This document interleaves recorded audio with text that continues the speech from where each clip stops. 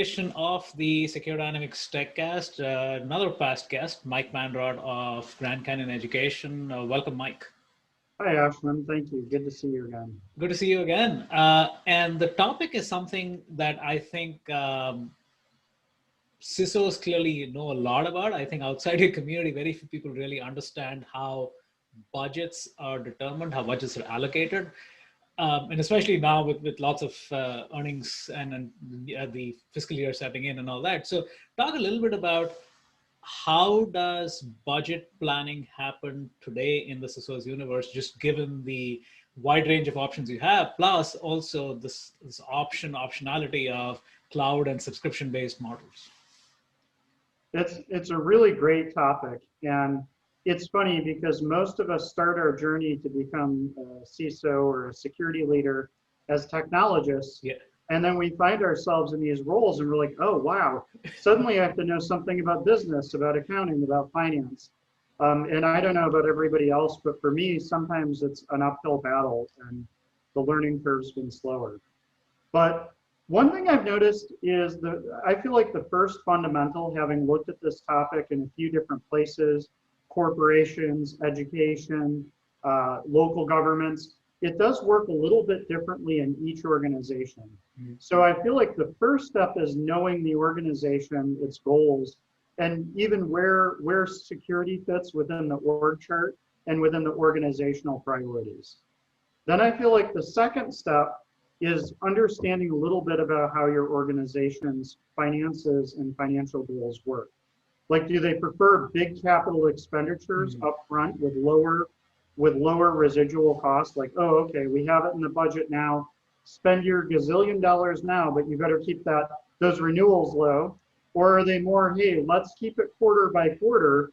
Let's keep a manageable cost that is smaller, that varies. It may go up more over time, but it varies. It's more, less big lumps, so to speak.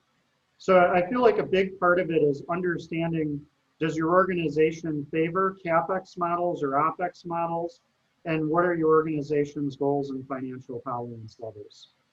So as you were speaking, Mike, one of the things that came to mind is even with subscription, even with pay as you go, even like you said, CapEx to OpEx shifts, there is still this whole thing of spend it or you lose it.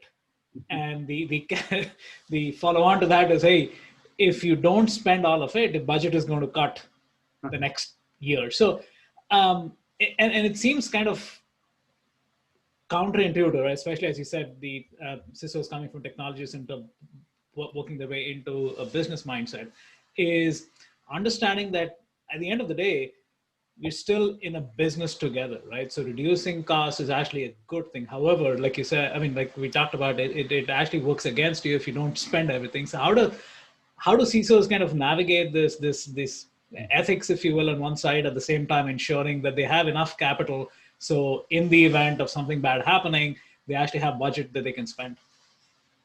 It's a great question. I got a bad taste on the idea of use it or lose it money in the Navy when I did some supply chain logistics work in the military. And I never liked that concept of, okay, you have to spend your budget. Well, we don't need it. We were efficient. I try to never approach it that way in security. No, there are some fundamental truths that you do have to work within. Like if you have an open head count, never let an open head count traverse a budget cycle. You know you're going to need them. I mean, maybe you really don't if it's really way over. But if you know you're going to need them eventually and you know the budget cycle crosses over it in end of July or end of December, make that higher. But in terms of products, I feel like if we don't have the vision and strategy and security plans for everything we'll ever want to spend up front to some degree, then I feel like we're not doing our job very well.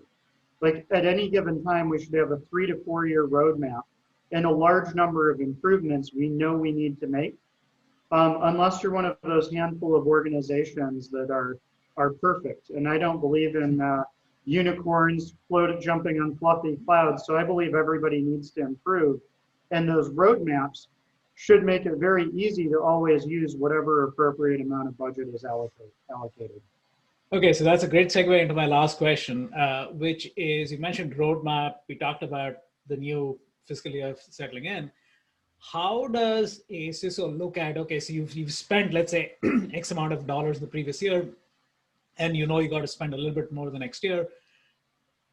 How do you understand what products are performing, what products are not, and being able to kind of jettison some to actually get budget out of things that probably don't need to cross the renewal cycle and invest in the future? So how do you take a forward-looking view while also jettisoning the past?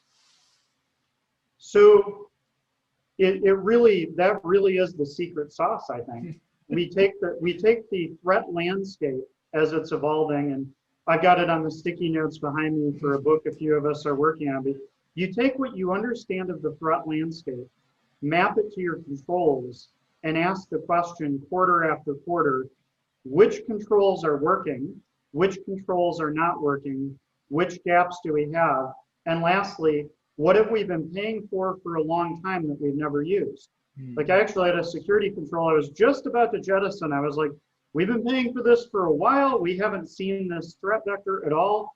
And then it stopped an attack. So I was like, oh shucks, I was about to save some money there. But, and it worked beautifully and it stopped it completely.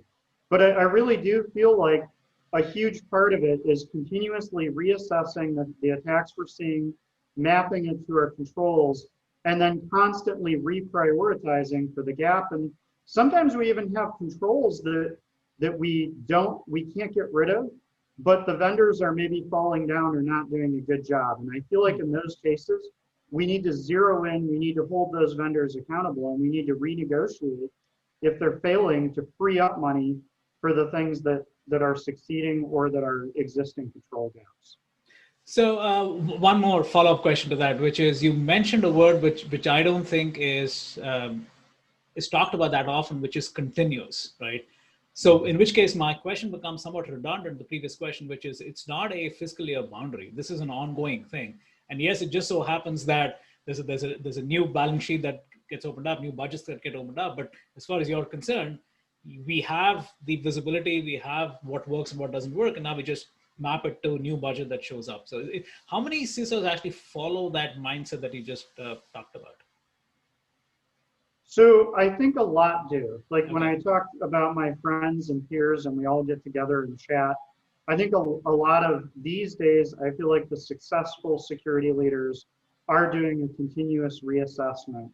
But I also feel like if that's all we do, it's sort of like holding a balloon and letting the air out and it shoots all over the room. Yeah. I think that there's a balance between having good, 3 to 5 year plans and then good shorter term plans, and then even plans of what adjacent IT objectives align with security.